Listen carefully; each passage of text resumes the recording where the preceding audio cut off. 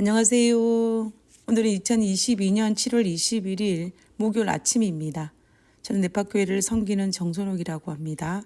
기도하고 오늘 교과 내용을 살펴보도록 하겠습니다. 기도하겠습니다. 하늘에 계신 저희들의 아버지, 우리가 하나님의 형상을 회복할 수 있도록 우리를 도울 수 있는 공동체를 허락하여 주심을 인하여 감사합니다.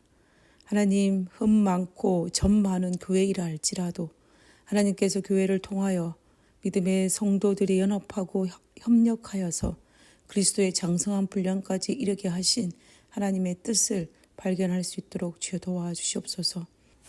그리고 우리 자신이 교회 구성원으로서 하나님의 장성한 분량에 이르기까지 성도의 본분을 다할 수 있는 저희들 되게 도와주시옵소서. 그리고 오늘날 우리의 교회가 또한 그러한 모습으로 꼴지어질 수 있도록 주여 도와주시옵소서. 하나님, 우리의 교회와 교회 구성원들을 주님 축복하여 주시고 불쌍히 여겨주셔서 우리가 안디옥 교회의 그 아름다운 모습이 다시 한번 재현될 수 있는 그 특권을 누릴 수 있도록 주여 도와주시옵소서. 이 시간 주의 성령을 통하여 우리의 마음이 하나님 안에서 뜨거움을 경험할 수 있도록 도와주옵기를 간구하며 거룩하신 예수님의 이름으로 기도드렸습니다. 아멘. 감사합니다. 오늘은 제4과 재련자의 얼굴이 보일 때까지의 5번째 시간으로 목요일 소재입니다. 이번 주에는 우리의 모습 속에 어떻게 그리스도의 모습이 나타날 수 있을지에 대해서 살펴보고 있습니다. 그리스도의 형상이 우리의 모습 속에 어떻게 보일지에 대한 고민입니다. 오늘 목요일 소재의 제목은 품성과 공동체입니다. 오늘은 공동체의 역할이 무엇인지, 특별히 하늘 가는 백성으로 하나님의 형상을 회복하기 위해서 공동체인 교회가 그리고 공동체의 구성원인 나 자신이 무엇을 해야 하는지에 대해서 살펴보는 시간입니다. 저는 개인적으로 오늘 교과를 살펴보면서 사도행전 11장에 등장하는 안디옥 교회가 생각이 났습니다. 초대교회의 수많은 교회 중에서 안디옥 교회가 생각난 이유는 바로 안디옥 교회 교인들을 향한 주변 사람들에 의해서 불려진 호칭 때문입니다. 성경에는 안디옥 교회의 주변에 있는 로마인들이라고 알려진 이방인들이 안디옥 교회의 교인들을 향하여 그리스도인이라는 명칭을 붙여주었다라고 기록하고 있습니다. 사도행전 11장 26절입니다. 안디옥에 데리고 와서 둘이 교회에 1년간 모여 있어 큰 무리를 가르쳤고 제자들이 안디옥에서 비로소 그리스도인이라 일컬음을 받게 되었더라. 우리는 이 본문에서 이방인들이 붙여준 그리스도인이라는 명칭을 알 수가 있습니다. 그들이 그리스도인이라고 부른 이유가 무엇일까요? 안디옥 교회 교인들을 보니 마치 그리스도를 보는 것 같다라는 의미입니다. 그리스도를 닮았다라는 의미입니다. 안디옥 교인들의 모습 속에 하나님의 형상이 회복했다라는 이야기입니다. 재련자의 얼굴이 그들의 모습 속에서 발견되었다라는 의미입니다. 우리는 이 사실을 볼 때에 그리스도의 형상을 회복하기 위해서 안디옥 교회가 제 역할을 하였고 그리고 안디옥 교회 교인들 역시 얼마나 각자의 역할을 잘 하였는지를 알 수가 있습니다. 그러면 안디옥 교회 교인들을 바라본 이방인들이 무엇을 보고 그리스도인이라고 불렀을까요?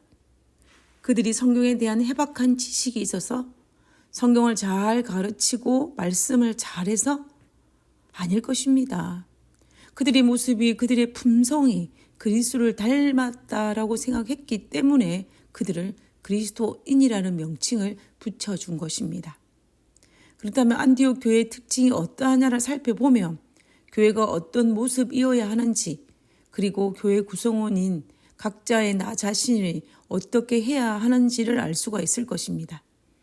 사도행전 11장에 등장하는 안디옥 교회는 비록 평신도들로부터 시작한 교회였지만 예루살렘에서 파송한 바나바와 바울의 1년 동안 성경을 가르칠 때에 그 말씀을 잘 받아들이는 교인이었습니다. 다시 말하면 성경 연구를 열심히 한 교인이라는 것입니다. 그리고 어려움을 당한 사람들을 기꺼이 구제하는 일에 힘쓴 교회였습니다. 그리고 이방인들을 위한 교회였습니다. 그뿐만 아니라 해외 선교에도 힘을 써서 최초로 해외 선교사로 바울과 바나바를 파송하기도 하였습니다.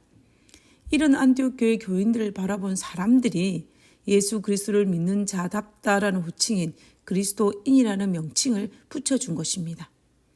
이 얼마나 아름다운 모습이고 아름다운 결과입니까? 우리가 사도행전 11장을 통해 볼 때에 교회는 말씀과 구제와 선교를 해야 하며 구성원인 교인들도 또한 말씀과 구제와 선교를 실천함으로 그리스도의 장성한 분량까지 자랄 수 있다라는 것입니다. 안디옥 교회에서 첫 목회를 경험했던 바울이 에베소 교인들에게 편지하면서 교회를 그리스도의 몸으로 묘사했습니다. 예수님은 머리이시고 그분의 백성들, 즉 우리들은 그분의 지체라고 설명하고 있습니다. 교우들이 각각 지체로서 건강하고 지체의 기능을 온전히 수행하는 것을 통해서 몸 전체를 건강하게 만들 수 있다는 것입니다.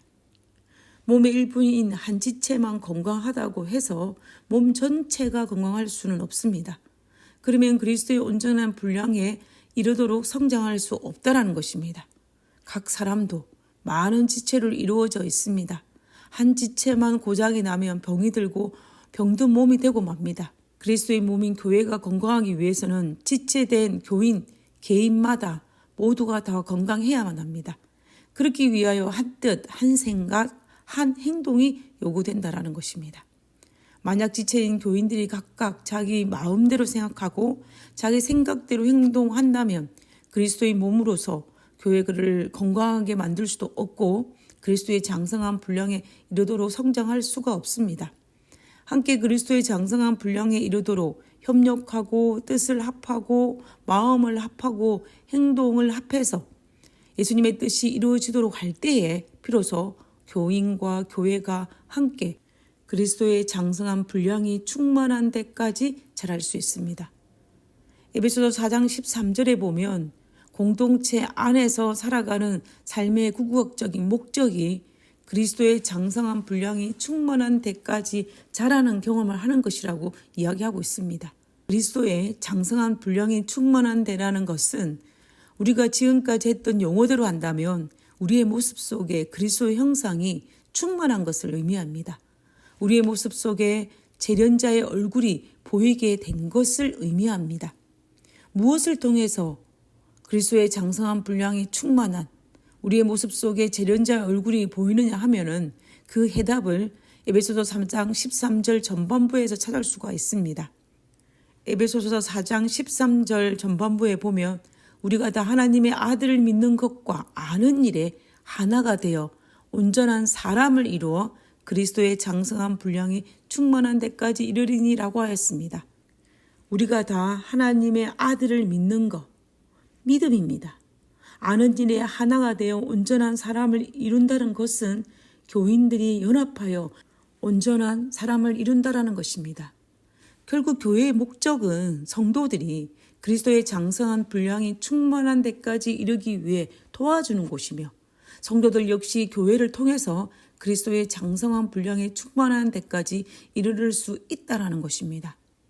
결국 바울이 말하고자 하는 것은 그리스도인 공동체는 교회는 그리스도의 몸을 이루며 각 그리스도인은 그 몸의 지체들이 되어서 제 역할을 잘 수행함으로 말미암아 그리스도의 분량이 충만한 데까지 자라고 이것이 바로 성도와 교회의 궁극적인 목적이라고 말하는 것입니다. 바울은 그리스도의 장성한 분량에 이르는 것이 홀로 된다라고 하지 않았습니다. 교회라는 공동체를 통해서 교우들 간의 교제를 통하여서 이루어진다라고 이야기합니다. 어떤 경우에는 교회라는 공동체에 속해 있는 것이 참으로 힘든 일이 되기도 합니다. 가슴 아프게 수많은 상처들을 받기도 하고 상처들이 발생하기도 합니다. 분쟁이 일어나기도 합니다. 그래서 간혹 공동체 안에서 상처받기보다는 홀로 말씀을 보고 기도하고 싶은 유혹을 받기도 합니다. 그러나 그러기에는 우리 자신이 너무나 연약하다는 사실을 잊어서는 안 됩니다. 나 자신만 연약한 것이 아니고 죄로 인해 망가지고 훼손된 우리 인간 모두는 홀로 그리스도의 장성한 분량까지 이르게 하는 그 일이 우리의 모습 속에 재련자의 얼굴이 보이게 하는 그 일이 참으로 힘들다는 것입니다.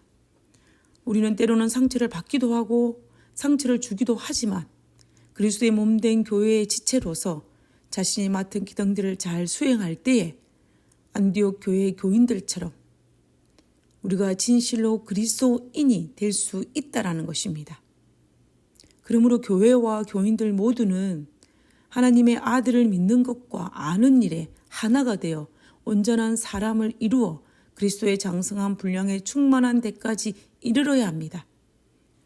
우리 모두는 교회에 속한 자로서 서로 연합하여 예수님의 뜻이 이루어지도록 할 때에 교인과 교회가 함께 그리스도의 장성한 분량에 충만한 데까지 자랄 수 있습니다. 저에게 작은 소망이 있다면 안디옥 교회의 그 아름다운 모습이 다시 한번 우리가 속해 있는 교회 안에서 재현되기를 소망합니다. 우리 모두 그러한 교회를 만드는 데에 그 일에 동참할 수 있는 특권을 누렸으면 좋겠습니다. 우리 모두 이렇게 아름다운 교회로 만들어지는 일에 동참하게 되시기를 간절히 바라면서 오늘 교과를 기도하고 마치고자 합니다. 기도하겠습니다. 하나님을 믿는 믿음 안에서 함께 성장할 수 있는 공동체를 허락해 주시니 감사합니다. 때론 공동체의 일원으로 살아가는 것이 힘들 때도 있지만 서로 양보하고 존중하며 예수님의 사랑으로 하나됨을 경험하게 해 주시옵소서. 사랑이 많으신 저희들의 아버지, 우리를 불쌍히 여기사 그리고 우리가 속해 있는 교회를 불쌍히 여기사 하나님 서로 양보하고 서로 배려하고 서로 용서해 주면서 안디옥 교회의 그 경험을 우리가 다시 한번 할 수 있도록 주여 축복하여 주시옵소서. 우리를 불쌍히 여겨주시고 우리의 교회를 불쌍히 여겨주셔서 하나님이여 예수님께서 이 땅에 오실 때에 안디옥 교회 교인들처럼 많은 그리스도를 닮은 자들을 발견할 수 있도록 도와주옵기를 간구하며 오늘 하루의 삶도 우리가 속해 있는 교회도 모두 하나님 안에서 제 역할을 할 수 있게 되기를 간절히 바라며 예수 그리스도 이름으로 기도드렸습니다. 아멘. 감사합니다. 좋은 하루 되시고요. 내일 뵙도록 하겠습니다. 감사합니다.